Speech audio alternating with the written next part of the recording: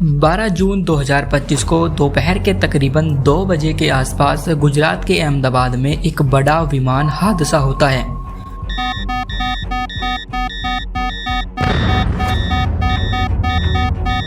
Air India की flight Boeing 787 Dreamliner plane उड़ान भरने के चंद सेकंड बाद ही एक रेजिडेंशियल एरिया में जाकर क्रैश हो जाती है।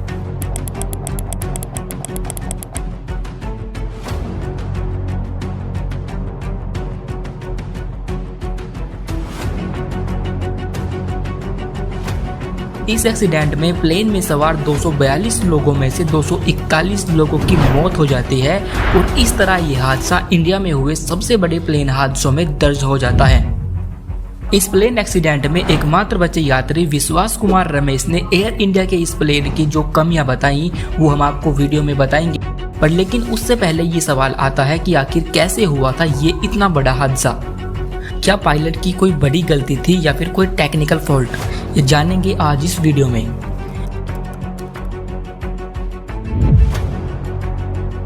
बारह जून 2025 दोपहर के तकरीबन 1:30 बजे गुजरात के अहमदाबाद में मौजूद Sardar Vallabh Bhai Patel international airport Air India की flight Boeing 787 Dreamliner plane Ahmedabad के इस एयरपोर्ट से टेक ऑफ के लिए रेडी रहती है, पर लेकिन टेक ऑफ करने से पहले फ्लाइट के पायलट और को पायलट सुमित सबरवाल और क्लाइव कुंदर का प्री फ्लाइट ब्रेथ टेस्ट होता है, यानी जिसमें नॉर्मली ये चेक किया जाता है कि कहीं पायलट अल्कोहल या फिर किसी ड्रग्स के इन्फ्लुएंस में तो नहीं है। लेकिन दोनों पायलट ब्रेथ टेस्ट में बिल्कुल फिट निकलते हैं, जिसके बाद दोनों पायलटों को प्लेन ऑपरेट करने के लिए ग्रीन सिग्नल मिल जाता है।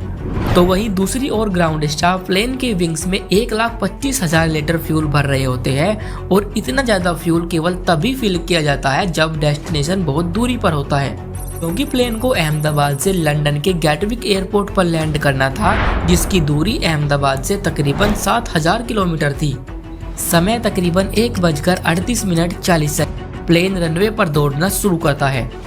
टेक ऑफ करने से पहले प्लेन रनवे की फुल लेंथ का यूज करता है, जिसकी लेंथ लगभग 11,499 फीट यानी तकरीबन 3.5 किलोमीटर लंबी है। इतना लंबा रनवे यूज करने की वजह से प्लेन ग्राउंड पर ही अपनी टॉप स्पीड 180 नॉट्स यानी तकरीबन 330 किलोमीटर प्रति घंटा पर पहुंच जाता है।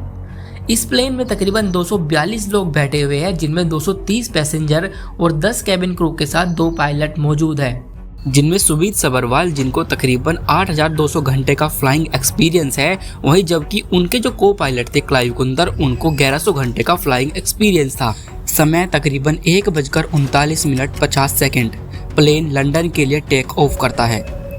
प्लेन टेक ऑफ करने के बाद लगभग 625 फीट की ऊंचाई तक जाता है और उसके बाद सडनली ये प्लेन नीचे की तरफ जाने लगता है। प्लेन के कैप्टन सुमित सबरवाल ATC यानी कि एयर ट्रैफिक कंट्रोल को एक मेडे कॉल करते हैं, पर लेकिन जब तक ATC की ओर से कोई रेस्पॉन्स आता है उससे पहले ही ये प्लेन क्रैश हो गया। इस प्लेन एक्सीडेंट में फ्लाइट में बैठे लगभग 242 लोगों में से 241 लोगों की मौत हो जाती है और सिर्फ एकमात्र विश्वास कुमार रमेश ही जीवित बचते हैं, क्योंकि विश्वास कुमार रमेश प्लेन की 11A सीट पर बैठे हुए थे, जो कि इमरजेंसी एग्जिट डोर के बिल्कुल पास थी। रमेश ने बताया कि प्लेन क्रैश होने पर झटके से प्लेन का एग्जिट टूट गया, जिसके बाद विश्वास कुमार वहां से बाहर आ गए।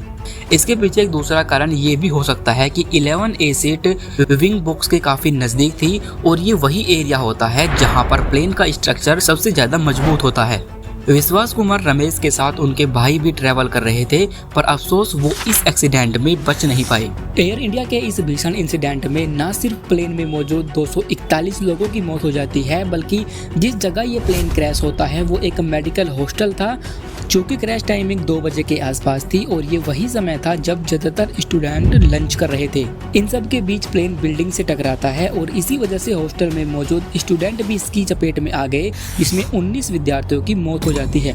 इस इंसिडेंट के कुछ समय बाद जब flight tracking website flight radar 24 की रिपोर्ट सामने आई तो पता चला कि प्लेन टेक ऑफ करने के 1 मिनट बाद ही रडार से गायब हो गया था। प्लेन क्रैश होने से कुछ सेकंड पहले ही अनफॉर्चुनेटली एक 16 साल का लड़का आर्यन अंसारी इस पूरे इंसिडेंट को अपने मोबाइल में रिकॉर्ड कर लेता है। एयर इंडिया क्रैश की ये वीडियो जब इंटरनेट पर वायरल होने लगती है तो डीपली रिसर्च करने के बाद पता चलता है फ्लाइट का जो अगला हिस्सा होता है जिसे हम नोज बोलते हैं वो ऊपर उठा हुआ था। यानी पायलट प्लेन को ऊपर करने की कोशिश कर रहे थे, पर लेकिन प्लेन को इंजन से वो थ्रस्ट नहीं मिल पा रही थी। इसी वजह से प्लेन ऊपर न जाने की बजाय बहुत तेजी के साथ नीचे जा रहा था। इस तरह की सिचुएशन केवल तभी होती है जब प्लेन के दोनों इंजन एक साथ फेल हो जाते हैं। प्लेन के दोनों इंजन फेल होने की वजह से ही एयर इंडिया के इस प्लेन में रैम एयर टरबाइन यानी कि जिसे हम रैट बोलते हैं वो भी एक्टिव हो गया था। रैम एयर टरबाइन एक तरह का एयर टरबाइन होता है जो प्लेन के लिए वो जरूरी इलेक्ट्रिसिटी बिल्ड करता है जो प्लेन की इमरजेंसी के दौरान इसके जरूरी इक्विपमेंट को चालू करने के लिए दी जा सके। पर लेकिन इसकी इलेक्ट्रिसिटी उतनी नहीं होती है कि प्लेन को नॉर्मली उतनी एनर्जी प्रोवाइड कर सके जितने की दो इंजन प्लेन को दे रहे थे।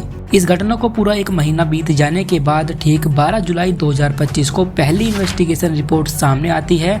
रिपोर्ट में पता चला कि जब प्लेन ने टेक ऑफ किया तो उसके कुछ सेकंड बाद ही इसके दोनों इंजन बंद हो गए थे, क्योंकि इंजन की फ्यूल सप्लाई को कंट्रोल करने वाले दोनों स्विच एक सेकंड में ही रन ऑफ पोजीशन से कट ऑफ पोजीशन में आ गए थे, जिसकी वजह से इंजन में फ्यूल सप्लाई रुक गई और प्लेन को इंजन से थ्रस्ट मिलना बंद हो गया।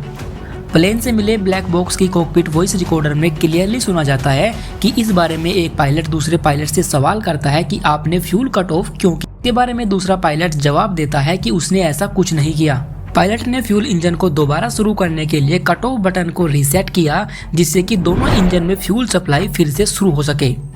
पर लेकिन इस दौरान इंजन 2 जो कि प्लेन के राइट साइड में होता है उसको चालू होने में तकरीबन 4 सेकंड का समय लगा, जबकि इंजन 1 जो कि प्लेन के लेफ्ट साइड में था उसको चालू होने में तकरीबन 10 सेकंड का समय लगता है। यानी इस तरह अगर नॉर्मली देखा जाए तो दोनों इंजन के बीच लगभग 6 सेकंड का डिफरेंस था। अब सवाल ये आता है कि जब एक इंजन को थ्रस्ट मिल गई थी तो फिर प्लेन ऊपर जाने की बजाय नीचे ही क्यों आ गया।